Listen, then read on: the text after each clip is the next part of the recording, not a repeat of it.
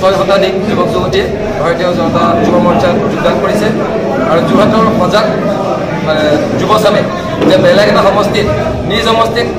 প্ৰতিনিধিত্ব কৰা উন্নয়নৰ একো দেখুৱাব নোৱাৰি সেই সমষ্টিৰ পৰা পলাই অহা এজন নেতাক যোৰহাটৰ যুৱ সমাজে কেতিয়াও গ্ৰহণ নকৰে তেওঁ কৰিব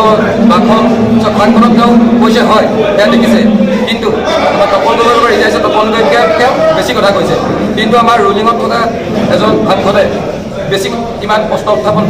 কৰিব নোৱাৰে আৰু যিহেতু তেওঁ বিৰোধীত আছে তেওঁ বিভিন্ন প্ৰশ্ন উত্থাপন কৰে তাক লৈ আমি শংকিত হ'ব নালাগে কাৰণ তেওঁ আমি উন্নয়নটো চাব লাগিব আজি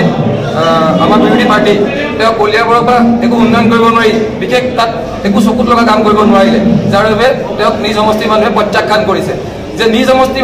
ওপৰ সমষ্টি মানে প্ৰত্যাখ্যান কৰা কোনো এজন নেতাক যোৰহাটবাসীয়ে কেতিয়াও গ্ৰহণ নকৰে আৰু বৰ্তমান অসমৰ জননেতা মুখ্যমন্ত্ৰী হিমন্ত বিশ্ব শৰ্মা ডাঙৰীয়াই যোৰহাটখন যি সৰ্বাংগ সুন্দৰ হৈ পেলাই আগবাঢ়িছে যোৰহাটৰ যি সামগ্ৰিক পৰিৱেশ যি শান্তি পৰিৱেশ যোৰহাটৰ প্ৰতিৰূপ আছিল আমাক লাগিলে সুন্দৰ এখন সুন্দৰ যোৰহাট হ'বলৈ আগবাঢ়িছে আৰু এই সময়ত আমি মুখ্যমন্ত্ৰী ডাঙৰীয়াক চৰকাৰখনে মৰম দিয়া সময় যে যোৰহাটৰ যুৱ প্ৰজন্মই আমি প্ৰতিদান হিচাপে ভোট হিচাপে মুখ্যমন্ত্ৰীলৈ আমি মৰম আগবঢ়াম যোৰহাটৰ